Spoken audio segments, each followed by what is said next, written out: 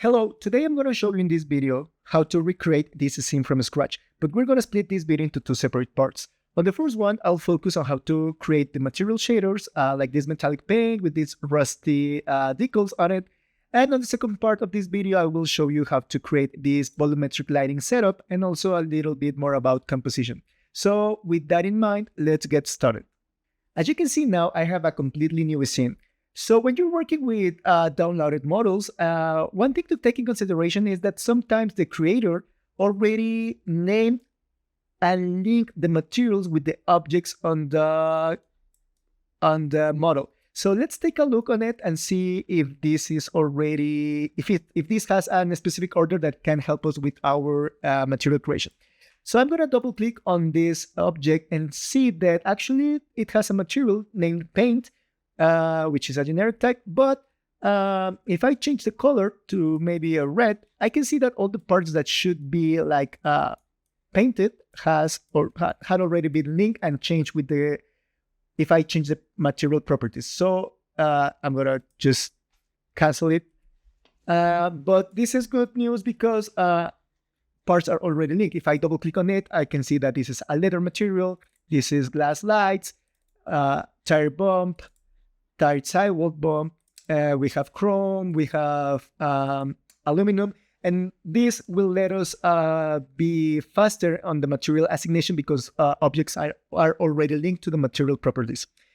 Go. So for now, let's get started and my first guess will be, okay, how can we adjust the largest material that is going to be visible on our object? So for now, it should be like this paint from the motorcycle. And when I have this type of objects like cars, motorbikes, and this kind of shiny, super shiny paints, my first guess is to use an Exalted Paint shader.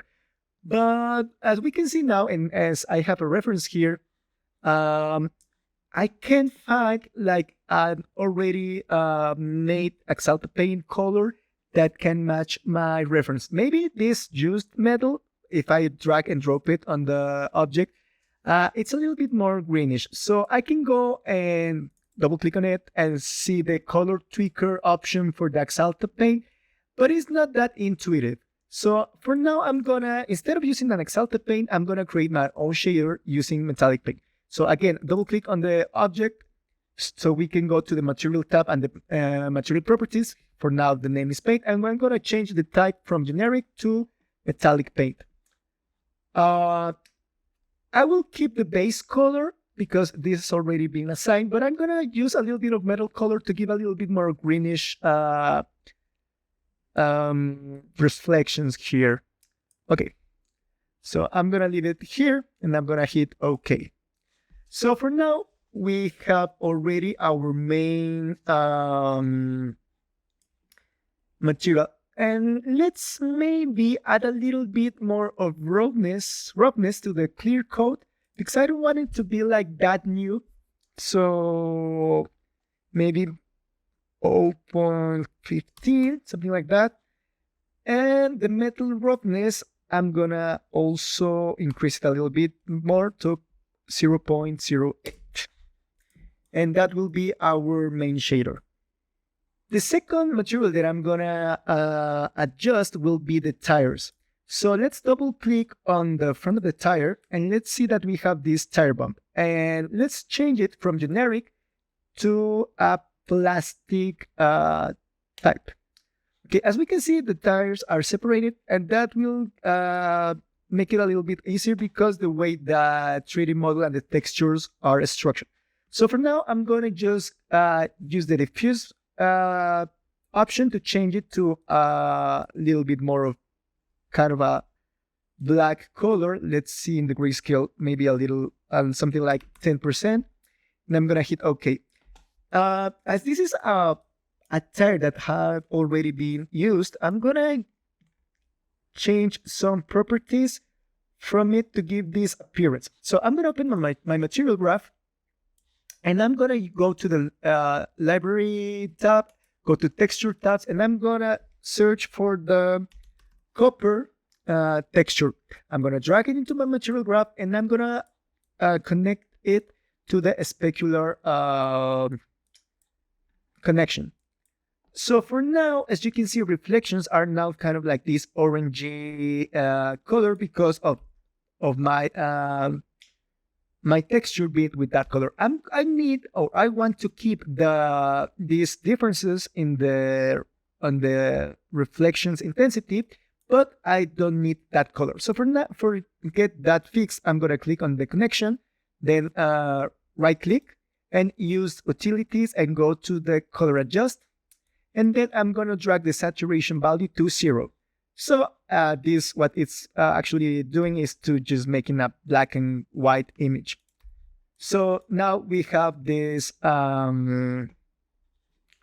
this kind of like irregularity to the tire. And also I want a different roughness, so the reflections are not that even on all the surface. So I'm gonna right click on the material graph, go to textures, I'll go to noise fractal, click C or hit C on the keyboard to isolate that textures. And for now we can see that is too small. So I'm gonna increase the scale and maybe to 500 millimeters. I think this is gonna work for now. I'm gonna click C again, hit C again on the keyboard, and I'm gonna connect this into the roughness in the plastic. As you can see, there is no roughness available here. So I'm gonna drag it into the plus, and then actually I can see the roughness, and I'm gonna put it right there. I'm gonna put this away. And as we can see now, we have this material that it doesn't look that even, and this is what we want to achieve. And also, this is important. If we go to our folder of the 3D object that we downloaded, we can see that it actually have some textures for the bump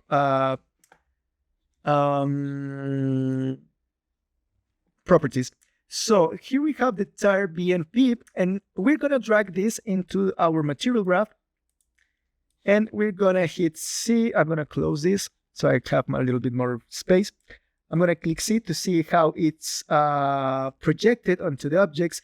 And as you can see now, it's already is not matching the shape of that model. So what we have to do here is to change the mapping time from box, because as we can see, it's now projecting on those sides. We have to change it to the UV mapping type, and now we can see that it will actually project as it should. I'm gonna hit C, and now we can just connect it into the bump of the plastic like this. But let's remember that the bump option, what is actually doing is just kind of faking this depth through shadows. There is no actual change on the volume on the surface of that. But if we want to get a little bit more of our definition, I'm gonna use it instead of the bump. I'm gonna use a displacement node, so it actually changed the surface. So in order to achieve that, I'm gonna right click on the material graph. I'm gonna go to geometry, displace. I'm gonna connect the tire bump texture to the displace option. And then I'm gonna connect this into the geometry of the material. As you can see, nothing happened because we have to actually activate this displacement. But first of all, I'm gonna check the properties. Displacement height will be too high, so I'm gonna use like 5 millimeters. And I use this as a rule of thumb, maybe, where I use 1/10 of the height to define the triangle size. So for now, should be 0.5. And I'm gonna execute the geometry node. Let's wait a little bit. And now we can see that the actual surface has changed, and we can see that is pretty more defined than the thing that we achieved with just assigning it to the bump material. So for now, this will be the tire material. Well, so far so good, but I need more information to really understand what's happening with the shadows, reflections, and all of that stuff. And this startup HDRI is kind of good because it doesn't have that much contrast, but also I want more to really understand the reflections and refractions and all that is going through the materials to get more definition of them. So I'm going to hit L, and I'm going to go to my environment tabs, and I'm going to look for the outdoor tab and see for this HDR map sports hall. This is my favorite when I'm starting every single automotive rendering of this type of rendering, because if I drag it here out, let's just undo that. One recommendation is that we don't actually want to replace our starting environment. So because some HDRIs had a lot of contrast and some places should be like pretty dark, and I don't want to rotate and all that stuff. So it's good to keep it. So I'm just going to drag, but I'm going to keep the Alt key pressed so it creates a new one so I can always go back to my startup environment. So as we can see, here is pretty dark, but if I need to change this, I can just go to my initial environment and all done, all set. So, okay, now I can get a little bit more information. Maybe this is too rough, but let's not stick on it for now, because I'm gonna set the tire wall material. So I'm gonna double click on it. I'm gonna go to the material graph. Okay, no, I'm gonna change the type for plastic type. I'm gonna change the color to 10% as I did before with the tire. And I'm gonna also assign the textures for the specular and roughness. So copper, I'm gonna drag it, specular, click on the connection, utilities, color adjust. So let's change that saturation to 0. And I want the same roughness map that I had here. So I'm gonna double click again on the tire bump material. I'm gonna click on the material graph, and I'm gonna select the noise fractal, Control C or Command C if you're using the Mac computer. Okay, I'm gonna execute the geometry again. Then double click again on the tire wall, material graph, Control B or Command B, and I'm gonna drag this into the roughness. Okay, so we have a little bit of a continuity between two objects, and it turns out that this file also had the tire side bump texture. So let's just put this. I'm going to drag this tire side BMP file, which BMP stands for bump, I guess. So I'm going to leave it there, and I'm going to connect this into the bump node. Again, as you can see now, and if I click and I hit C on the keyboard, this is not well placed. So let's change the mapping type from box to UV, and that will give us the correct projection. I'm going to hit C again, and I will leave this as the bump. I'm not going to use it, or I'm not going to go into the displacement mode, just to keep the computer resources a little bit more available for the stuff that is coming on with the lighting. But I think for now, as bump, it gives us enough details for it. So that will be that for the tires materials. Next, let's double click here and see. This is chrome material, and let's adjust this. I'm going to change the type from generic to a metal type. And just to see which objects are linked to this material, let's change quickly the color and see that all of this should be like a chrome material. Okay, so I'm gonna hit OK, and I'm gonna change that. But if we click on measure and we try to use a preset material, we actually don't have a chrome, maybe chromium. Let's use it for now. Let's change your roughness, but not here. Let's use the material graph and give it a little bit more of irregularity to it, because it's already an used motorbike. So I'm gonna for this I'm gonna go into textures, and I'm gonna look for metal, And I'm gonna use this metal texture image.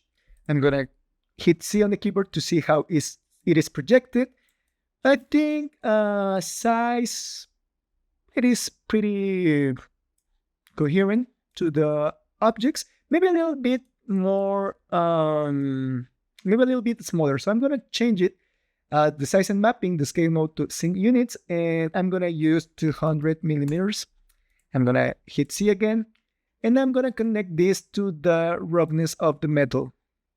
So for now, as the image is pretty like a clear gray, like a light gray, this will give us like broad reflections on the material, like kind of like a rough metal. I want to give it a little bit more of shininess. So I'm gonna adjust it using a color to number node. So I'm gonna click on the connection, right click, utilities, color to number. I'm gonna hit C again to isolate this image. And if I want a little bit more of shiny and more defined reflections, I have to turn this image a little bit more dark. So in order to get that done, I'm gonna change the output to value and I'm gonna drag it down. So the image, as you can see now, is a little bit more dark. But I don't want to have this contrast with these kind of scratches. So I'm gonna increase the output from to give a little bit more of, to equalize it. But I'm gonna also drag it a little bit more to make it a little bit more dark. And again, I think this should work. So I'm gonna hit C. And let's see our new chrome material. So let's see, we have some reflections here, are a little bit more defined, but also we have this irregularity in here. So for now, I think this works. Let's move on and see that this this part doesn't have a material assigned. Well, it's assigned, but let's configure it. So double click on it, and we have this. We can see that this is the aluminum material. Let's change that type to a metal, and we can go pretty straightforward to the measure type. And instead of gold, let's use aluminum. But it's too shiny. We can also use this roughness, but we want to keep a little bit more of realistic properties. So let's again go to material graph and textures. Let's use this metal roughness, and let's connect it to the roughness. Let's hit C on the keyboard to see the mapping isolated. I think it's working, so I'm gonna hit C again. It's a little bit too rough. I want a little bit more of reflections on it, so I'm gonna also click on it on the connection, right click, utilities, color to number. Let's hit C and make this image a little bit more darker. So I'm gonna drag the output to maybe something like here. I think it's too the reflections are too shiny. So maybe 0.4 or 0.3. Yeah, I think that will work. Okay. So I think for all the aluminum parts, that is set. Okay, next material. Let's see what is happening here. I'm gonna double click on it. Okay, this is already aluminum. So we have, let's see. Okay, let's go with this. Let's double click on it. And we have a plastic, just plain plastic. So let me just change it to generic for plastic. And let's see what other parts have this material so we can understand how we should work. So like this, these tiny pieces here, so it should be like just like a plastic material, something like that. If we can go and see here, nothing that specific. Okay, so as we can see, it's a dark plastic. So let's use the grayscale. Let's use a value that it's different for the values that we already use here, so we have a little bit more of differences.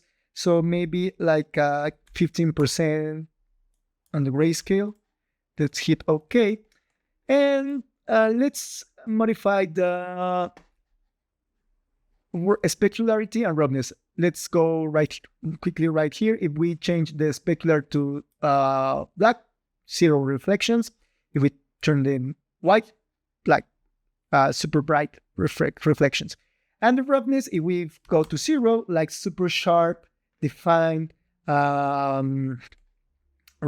reflections, we can see like the clouds here. If we increase it, reflections will be a little bit more broad on the surface. So we have this appearance. But let's use some texture maps to give it a little bit of irregularity. So I'm gonna use, I really like the copper texture for basically every specular thing that I have to change or use. So I'm gonna use copper again, connected to the specular, but we don't want this orange tone. So let's click again on the connection, right click, utilities, color adjust. Let's drag down the saturation to 0 so we can get rid of the color value. And let's use the texture. We can use some noise fractal again. Let's hit C. It's a little bit too small. I'm gonna use a value something around 100. Let's click C. I'm gonna connect this into the roughness. And now, if I want to have a little bit more of control with, I think it's working well. But if I want to make a little bit more like maybe a more like a more rough plastic, I'm gonna use the color to number. And not hitting on the connection, right click, utilities, color to number. So I want the rough plastic. So I'm gonna make this image a little bit more, so I'm gonna put it into the whites. So I'm gonna increase the output from value right here. As you can see, its air reflections are not that defined. And also in utility with the specular utilities, color to number, and I'm gonna make this kind of dark, something like that. And I want to give them a texture because these plastics have like kind of this grainy texture. So for that, I'm gonna right click on the material graph, textures, noise texture, C on the keyboard to see the size. Think it's a little bit too big. So I'm gonna use 3 millimeters, click C, hit C on the keyboard, and then I'm gonna connect this in the bump. I think maybe I get a little bit this is a little bit too rough, so I'm gonna go again with the roughness value to the color to number. I'm gonna drag it down so I get a little bit more of a dark image, so I can get more defined reflections on that part. I'm gonna hit C again, and I think this works for the generic plastic material. Okay, moving on to the next materials, which should be this glass lights material. So this is like a pretty standard glass. So just add something to take into consideration every time that you have a glass material is to really know what is behind of it. So I'm gonna hide it and see that, yeah, it has something going on, which already has materials assigned to it. So that will be great for this. So I'm gonna hit again, right click, show all parts, then double click, glass lights. Let's change the type from generic to glass. Let's change the color to 98% on the grayscale. And it already has the bump on it embedded into the 3D surface. So for now, we can see that this part also get the glass material. And yeah, that's it for the headlights for now. Let's go with the taillight. Let's see what is happening here. Let's hit on the scene tab so we can select that part. I'm gonna hide it. And okay, this is black. Why? Because this is glass bump. Okay, so this should be the part of the glass that gives a bump. So let's make it a glass. Let's change the type, the color, sorry, for white. And let's again show all parts, double click. And this is the glass red. So let's change the glass. Let's change it to a glass material type. And using the color red value, I will just put a little bit more lighter. And let's hit OK. And I think it works. Yep. Let's keep it like that. And okay, let's move on to the next material. So let's see these objects, double click. We have grips. So let's change the type from generic to a plastic. This is kind of like a silicone plastic. So let's change the diffuse to a grayscale. Let's use another value, not that dark, maybe at 20% on the grayscale. Hit OK, so we can give a little bit more of consistency between the black colors. And let's change specular roughness and some of the bump. So let's go to the material graph. I will again, maybe we can change it now and use, instead of the copper, we can use the bronze copper texture. Let's hit C to see how it's mapping. Maybe we can use, instead of a box, a cylinder, but we need to figure it out which way it has to be projected. We can use the fit too.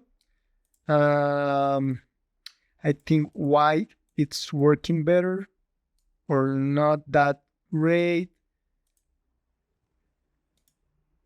Maybe let's hit it on C. Let's click OK.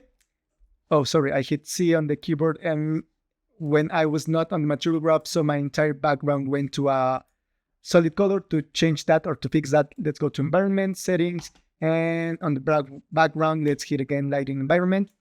Okay, now let's be sure that I'm on the material graph. Hit C again, so exit of the isolation mode, and let's connect this to the specular. And we can see now that we have some different ways of reflections here. And let's use textures, noise fractal, hit C, adjust the scale, maybe 200. Let's hit C. Let's connect this to the roughness. I want it to be a little, not that. Oh, wait, I think it's working. Here looks like rough plastic. But I want to add some textures, so let's hit textures, noise texture, hit C. Let's drag this down to maybe 2 millimeters. Hit C again and connect this into the bump.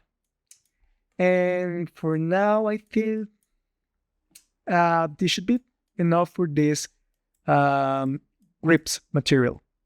Now we can see we have a black surface here. Let's double click on it and see, okay, this is, the name is logo. So this is a material that we actually haven't modified yet. So let's change the type from generic to, for now, a plastic. And something interesting here is that if we look at the folder, we can see that we actually have a mapping texture that has that logo. So I'm going to drag it into the material graph. And okay, here we have one thing. If we open the material graph, we can see that it actually already has a texture map connected to the diffuse, but it's not working. So we can do both of these ways to solve this. We can drag the texture map and then connect it, or we can double click on the map that is already connected and see what is happening. We can just go into the folder and open it and see that it is actually pointing into a folder that is not the one that it should be. So let me just quickly find it into my folders. And now you can see that on the downloaded folder, we have it. We can just click it, select it, click open, and then it will just fix it and look for it. So it already is a UV mapping type, so it's already connected as it should be. It's already projected as it should be, and it's working. Or we can just, let me just remove this, use the drag texture that we did before, assign it into the diffuse, but we just have to be aware that we have to change the mapping type to the UV. Both ways work, just use the one that is better suited for you. Let's see. So yeah, the logo is working. So yeah, let's move into the next material. So this is like a dial, and also if we look at the source folder, we can see that we have this texture that should be for that. So let's see what is happening here. So we have a glass here. So let's turn them off. Let's hide them. And okay, we have this this object. Let's double click on it. It's a metal red. We can just simply go into metallic paint and keep it like that. Maybe a little bit of metal color with something red. This is the plastic that we already worked with. And we have this black surface. And this is named gouges. So let's change it to plastic. Open the material graph, and we can see that it's happening the same. We have the texture already connected, but it's missing. I'm gonna just drag it in for I don't have to look at it in my computer. I'm gonna lay this, delete that. I'm gonna connect it into the diffuse. Let's just check that the mapping type is correct to UV. And yeah, let's close this, right click, show parts, and now it's working. So let's move into the, I guess, or I believe that is the last material.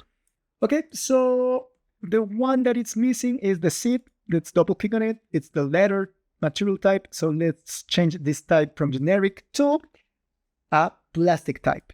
And yeah, sometimes I know that it's kind of like counterintuitive, like if it's leather, why should we use plastic? And basically I use plastic for most of the material. But this is the reason why I use plastic is because with this material, I can enable the specular and roughness properties, which basically we can use for every single material. So let's see, because on the source folder, we have property, we have a texture that is a letter BMP. So this is for Bob. Okay, so let's go to material graph. Let's drag the texture to the material graph. Let's hit C to see what is happening. I think the bump it's kind of working, but we have to change from box to UV because it was already assigned before. And I can just go and put that into the bump node.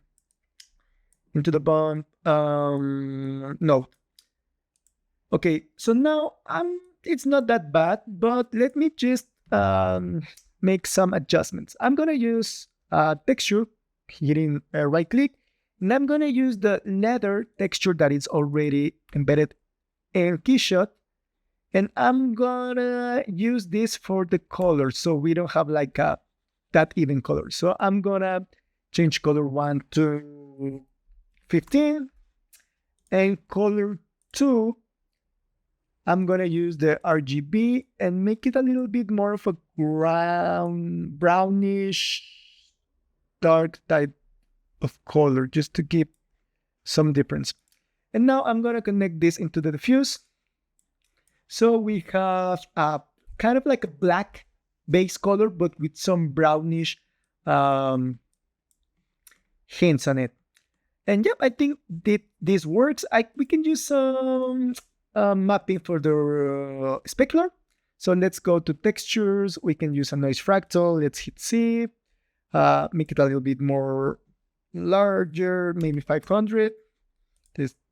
But I don't want to have that much contrast. So I'm gonna just use the grayscale and make it a little bit more regular. So I'm gonna maybe hit here 20%. And here, sorry, and on the other, I'm gonna just put something around 60. Let's hit OK, and then connect this into the specular. Let's hit C. Maybe I need I need a little bit more of reflection because this is kind of turned down. So I'm gonna use the color to number node. So hit on the connection, right click, utilities, color to number, C, and I need to make the image overall a little bit more white. So I'm gonna drag the output from here, but I don't want to lose these irregularities. So maybe like that. I'm gonna hit C. And as we can see, now we have a little bit more of that reflections now turned on onto the surface. And yeah, I think this works. Let me just see why this is a rubber material. Okay, let's get with this done. So I'm going to change it into, we can go with translucent, but that will use a little bit more of resources from my computer. And we can go with plastic. Let's hit plastic. Maybe we can make it a little bit more darker. I would guess something around 10. Hit OK. And in the material graph, let's right click, go to textures, noise, texture. Well, no, I'm going to delete this because I actually wanted the fractal noise. So textures, noise, fractal, hit C. It's too small. I'm going to go to 50. It's a little bit more higher to 100. Hit C. I'm going to put this into specular. So this is too dark. I'm going to change the color one from black to maybe 40% white. Hit OK. Hit C again. And just I use another texture for the roughness. I can use a nice texture, fractal again, hit C. Or let me just show you something that we can do here. Let's hit C again, delete. I can use exactly this texture that is already being resized and it's matching and use it to the roughness. But as we can see from this, for the specular, if we want more shiny reflections, we want like a white image, and the roughness, if we have an overall dark image, it will give us a rough material.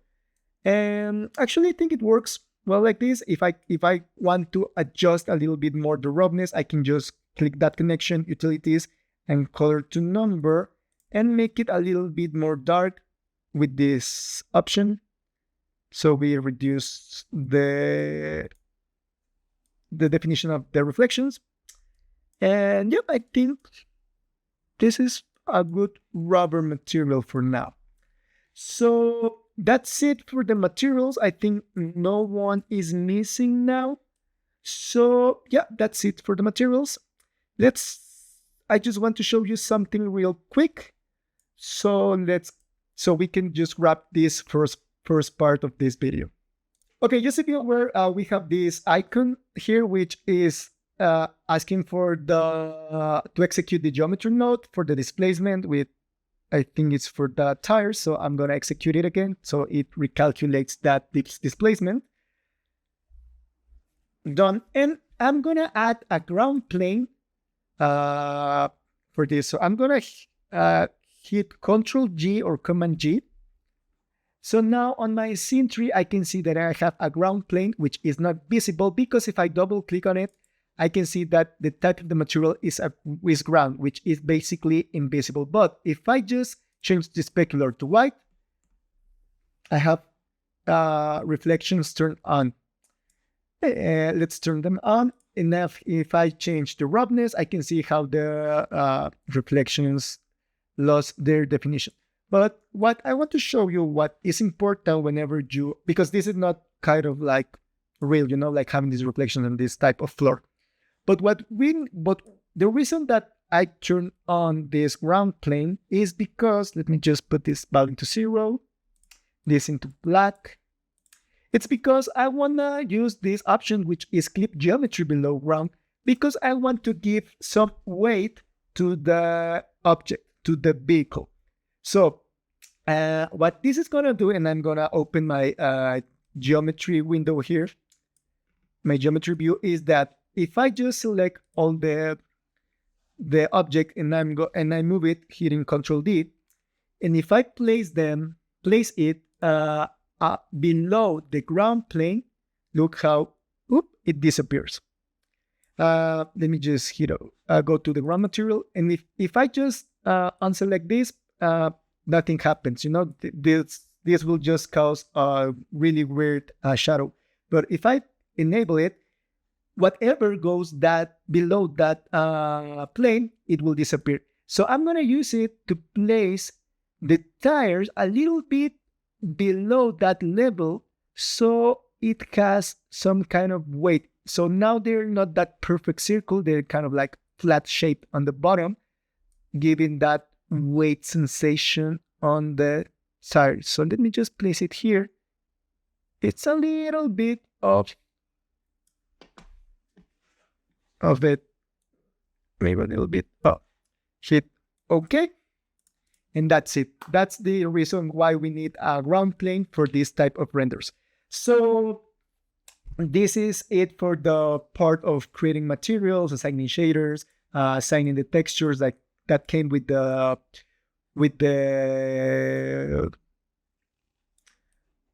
downloadable object.